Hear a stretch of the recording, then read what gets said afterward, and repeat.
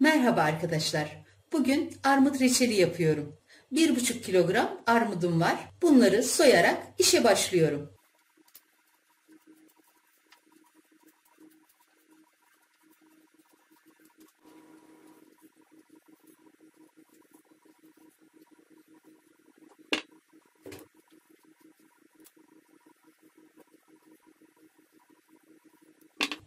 Bütün armutlarımı soydum. Şimdi de bunları küp küp doğruyorum.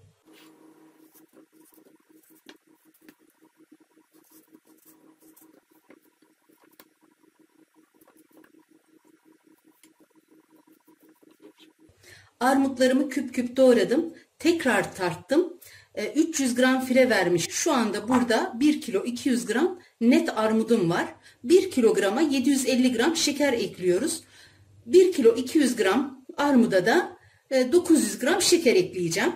Şimdi armutlarımı tencereye alıyorum.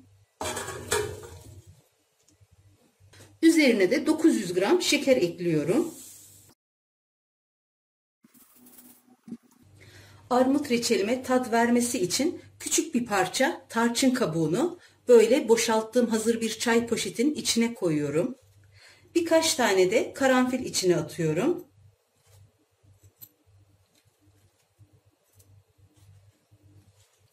Sonra da ağzını yine o çay paketinden çıkan iple sıkıca bağlıyorum.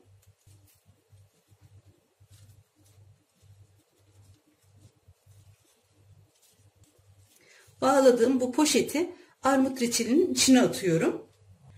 Ya da şöyle doğranmamış sert küçük bir armudun üzerine karanfilleri şöyle batırarak yine armut reçelinin içine atabilirsiniz.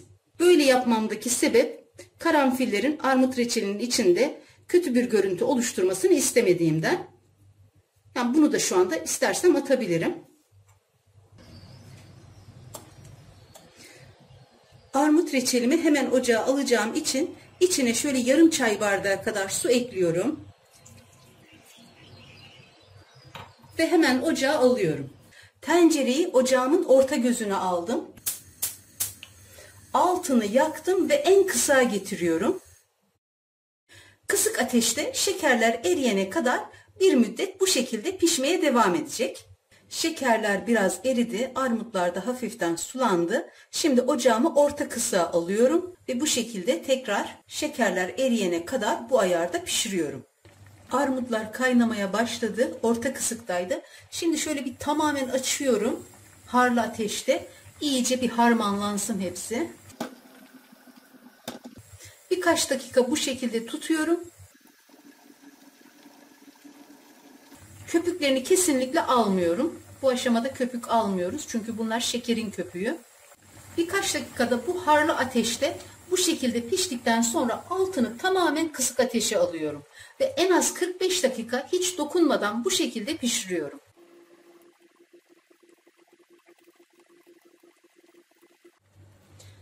...45 dakikadır kısık ateşte kaynayan reçelimi şöyle kaşık değdirmeden elimle sallayarak karıştırdım. Ocağı da artık orta kısığa getiriyorum. Bir 15 dakikada bu şekilde kaynatacağım.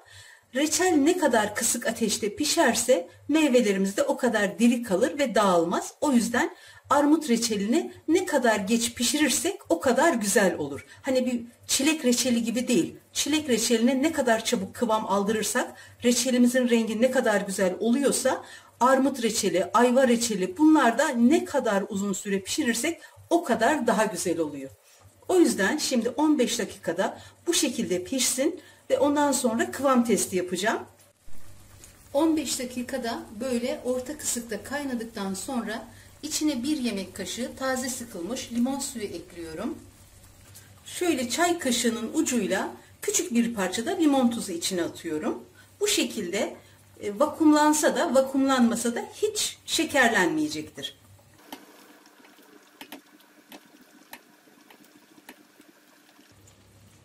Bir kısmını soğuttum.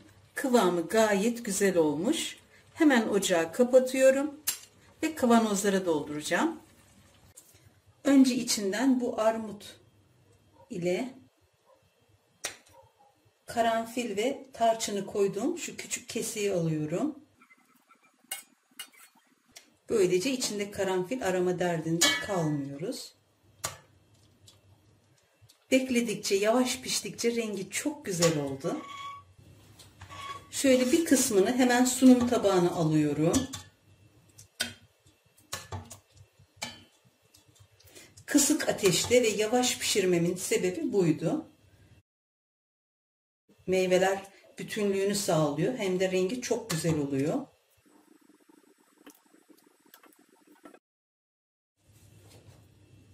Kalanı da böyle küçük kavanozlara koyuyorum.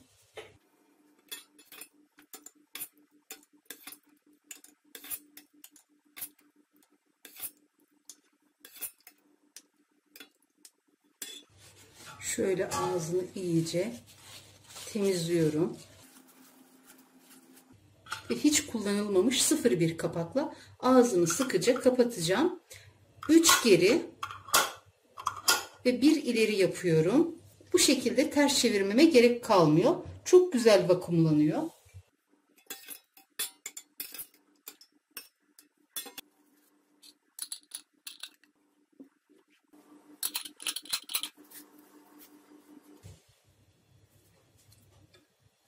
Sunum tabağımdaki reçelim de soğudu.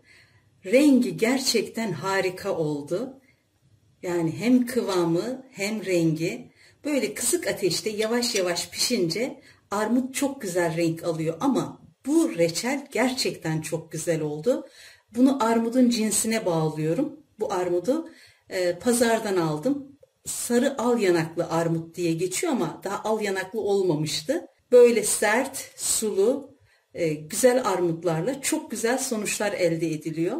Pişirme kaidelerine de uyduğunuz zaman sizin de böyle çok güzel bir reçeliniz olur. Bu güzel reçeli herkes yapsın, herkes tatsın isterim. Yapmak ve denemek isteyen herkese şimdiden kolay gelsin, afiyet olsun.